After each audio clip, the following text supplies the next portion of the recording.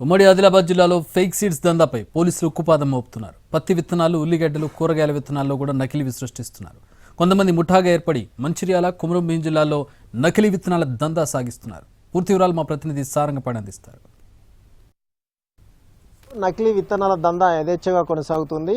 పక్క రాష్ట్రాల నుంచి ఫేక్ సీడ్స్ తీసుకొచ్చి రైతులకు అంటగడుతున్నారు. ఏటా ఇదే తంతు కొనసాగుతున్న వ్యాపారులు ఏదైతే అక్రమార్కులు మాత్రం దందానైతే విడిచిపెట్టడం లేదు. దీంతోపాటు అటు పోలీసులు కేసులు నమోదు చేస్తున్నప్పటికీ ఏమాత్రం భయపడని పరిస్థితి. ముఖ్యంగా మంచిర్యాల జిల్లా, కొమరంభీం జిల్లాలోకి ఎక్కువగా ఇతర రాష్ట్రాల నుంచి నకిలీ విత్తనాలు తీసుకొచ్చి వ్యాపారం చేస్తున్నారు.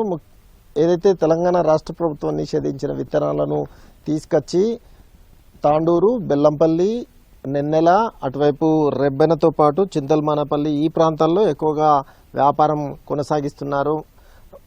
ఆంధ్రప్రదేశ్, నాగ్పూర్, మధ్యప్రదేశ్, అదేవిధంగా వివిధ రాష్ట్రాల నుంచి, గుజరాత్ నుంచి సైతం ఇక్కడికి తీసుకొస్తున్నట్లుగా పోలీసులు నిర్ధారించడం జరిగింది. ఉల్లిగడ్డలు, కూరగాయల మాటున వాటిని రాష్ట్రాల సరిహద్దులు దాటించి ఇక్కడ తీసుకొచ్చి రైతులకు అంటగడుతున్నారు. దీంతోపాటు నాగ్పూర్ నుంచి తాజాగా చూసుకున్నట్లయితే తాండూరు మండలం అచ్చలాపూర్లో 2 క్వింటాల 47 కిలోలు పత్తి విత్తనాలను పట్టుకోవడం జరిగింది. మొత్తం బస్తాల కొద్దీ తీసుకొచ్చారు. అందులో ప్యాకెట్లు ఉన్నాయి. వాటిని గుర్తించి 247 కిలోలు సీజ్ చేసిన పరిస్థితి. దీంతోపాటు 8 మందిని అరెస్ట్ చేశారు. ఒక DCM, అదేవిధంగా ఒక కారును సీజ్ చేశారు. ప్రధాన నిందితుడైన మనోహర్ రెడ్డి కోసం పోలీసులు గాలింపు చర్యలు చేపట్టారు.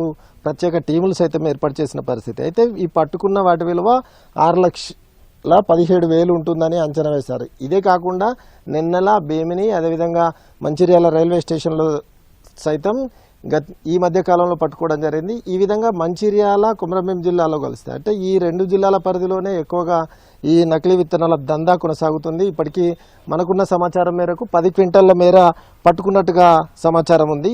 ఇందులో 30 మంది వరకు ఇప్పుడు అరెస్ట్ కాగా, అయితే సూత్రధారులు ఎవరు, పాత్రధారులు ఎవరు అనేది ప్రధానంగా చర్చ కొనసాగుతుంది. ఈ నేపథ్యంలో ఆంధ్రప్రదేశ్ సంబంధించిన ఒక వ్యక్తి మహారాష్ట్రలో మకాం వేసి ఇక్కడికి పంపిస్తున్నట్టు తెలుస్తుంది. గతంలో కేసులు నమోదైన పాత నేరస్తులే ఇప్పుడు ఎక్కువగా ఆ వ్యాపారంలో ఉన్నట్టుగానైతే పోలీసులు గుర్తించడం జరిగింది. అయితే పాత నేరస్తుల ఇళ్లలో తనిఖీలు చేసిన తర్వాత ఈ అసలు విషయం బయటకు వచ్చింది. ఈ ఫేక్ సీడ్స్ ఏవైతే ఉన్నాయో ప్రభుత్వం నిషేధించిన సీడ్స్ను అరికట్టడం కోసం యంత్రాంగం పకడ్బందీ చర్యలు తీసుకోవాల్సిన అవసరం ఉంది. అటు వ్యవసాయ శాఖ, అదేవిధంగా ఇటు పోలీసులు, జిల్లా యంత్రాంగం అంతా సంయుక్తంగా చర్యలు చేపడితే ఈ అక్రమ వ్యాపారానికి చెక్ పెట్టచ్చని మేధావులు, రైతు సంఘాలు అయితే అంచనా వేస్తున్నారు. అధికార యంత్రాంగం ఆ విధంగా చర్యలు చేపట్టాలని సంబంధించిన నిఘా ఏర్పాటు చేయడంతో పాటు ప్రత్యేక టీంలను సైతం రంగంలోకి దింపారు. అయితే కేవలం అది పోలీసుల వల్లనే సాధ్యం కాదు.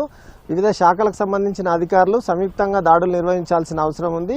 బీటీ కాటన్ ఏదైతే అనుమతి ఉన్న పత్తి విత్తనాలను మాత్రమే వాడాలి, నిషేధిత విత్తనాలు వాడకూడదు.